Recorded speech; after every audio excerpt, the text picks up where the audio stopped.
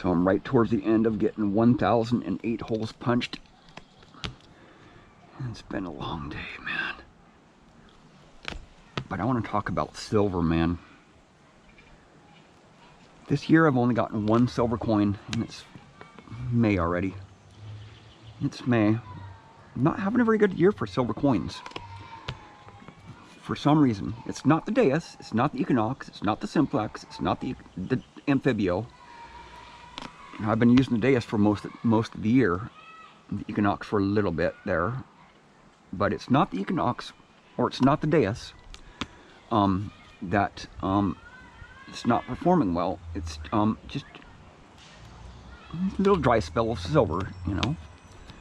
You go through those every once in a while. Sometimes you get drunk too on silver.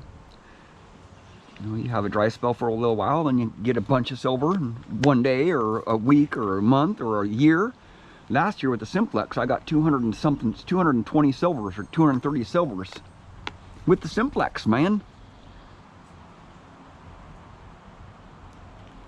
But I also detected for 12 hours a day every day last year too, because I didn't work last year. And this year I've been working, but what I do is, you know, I don't give up, man. I just keep on going. So I got that one done, and I got a little shiny treat for my ears right here. Oh, I ate some bad food. I think I need to. Oh, I got my detector on. That wasn't me farting. That is iron. 54 kilohertz full tone on the Deus. There's some silver, man. It's silver. Listen. I'm training my ear for that coin tone, right?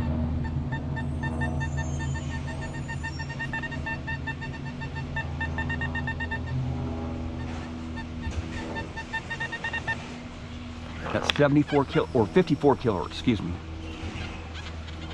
54 kilohertz has a different tone for coins or for a dime than 14 kilohertz, and I'll show you that right here. 54 kilohertz, 31 kilohertz, little teeny bit lower. If you can just hear it, just barely. Watch, I'll do it again. 31 kilohertz,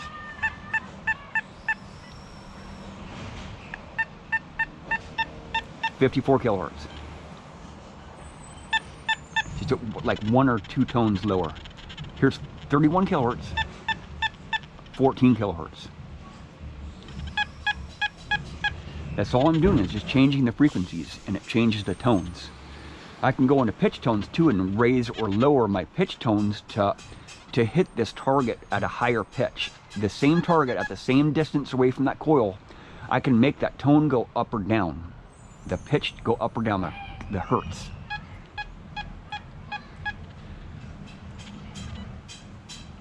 .31 and 54 are almost the same tone.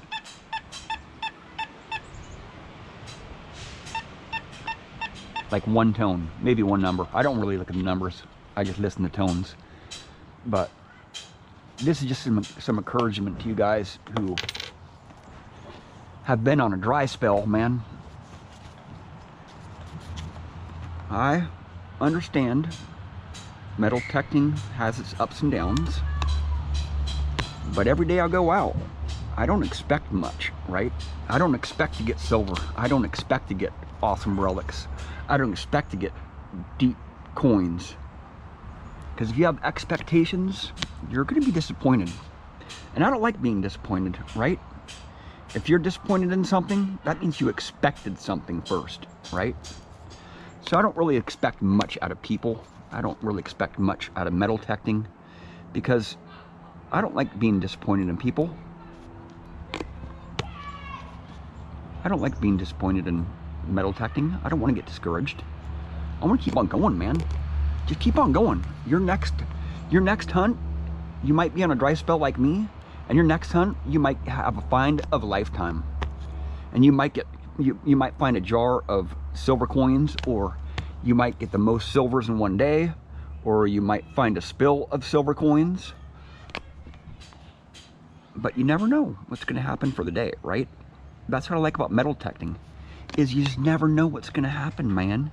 You never know what you're going to find, right? I've hunted some epic spots. I mean, you get a permission, you know, it just doesn't make sense sometimes. You get a killer permission and it's never been detected before. It's like an awesome old mansion, you know, and there's nothing, man. There's nothing, not even any iron, man. Just clean as a whistle, right? If you have expectations, you know, if you expect to find a lot of silver like in a permission, and you know there's silver there, there's got to be silver there, right? You can hope for it, but once you start having expectations, you'll be disappointed. And I don't like really being disappointed too much. I deal with it well. I deal with some downsides to things fairly well, but I got my days off. No more silver for me for the year, I guess, right? I'm trying to get these finished tonight because I want to start stamping tomorrow and stamping the buffalo in the front plate and start conditioning all these. And I'm not going to dye these. I'm just going to leave them natural leather, the natural tone. I like the natural tone. And then I'll start trimming, because I have 40 more upstairs that need to be dyed and trimmed up. Or no, they're already trimmed. I dyed and the edges beveled, and those 40 will be completely done. But I want to get all 40 of these done first, so I can bevel and trim up all at the same time, so I can have, you know, 70 or 80 sheaths. 80 sheaths. I have 36 of them out here right now. But it'll take me a couple more days to get to the point to where I'm done with these 36 right here. I've been working long hours, and it takes me a long time to make these sheaths. I just don't punch them out on a press, right? I have to do all these holes by hand. I have to lay them all out by hand. I have to rivet them by hand. I stained a whole bunch of them the other day by hand, and I trim them all up by hand. I have to do the finish work. I stamp them, stuff like that. But this video is for you guys. I want to encourage you guys to go out there and find some silver. Find whatever you can, right? Even if it's junk, man. I've had those days where you just dig up can slaw or bottle caps or pull tabs all day long and you don't find nothing. No jewelry. No, not very many coins. I've had a lot of those days too, where I just get no coins, 0 coins, you know, hunt for 8 hours and don't get any coins. But usually relic dumps don't have a lot of coins in them. You know, you dig up a lot of junk. So, but at those sites where I dig up a lot of junk, I have found a lot of good stuff in them. And just certain days are producers and certain days aren't. Certain months are producers and certain months aren't. Certain years are, you know, producers, and some years you struggle, you know. I was able to detect for a lot of hours last year because I wasn't working, you know. I was just metal detected every day. Just the only thing I wanted to do is just metal detect, but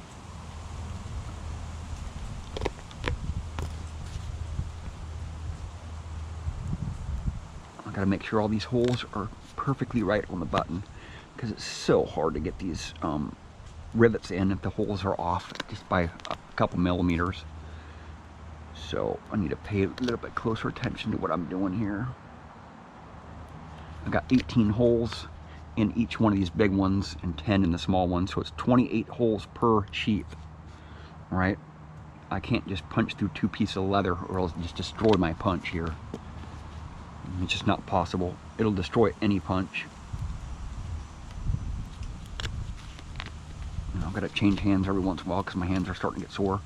Because I've done almost 1,000 holes. I think this might be getting close to 1,000 holes right up here on this next sheath. Actually, my last sheath, I'll have my 1,000th hole punched for today. That's a lot of holes, man.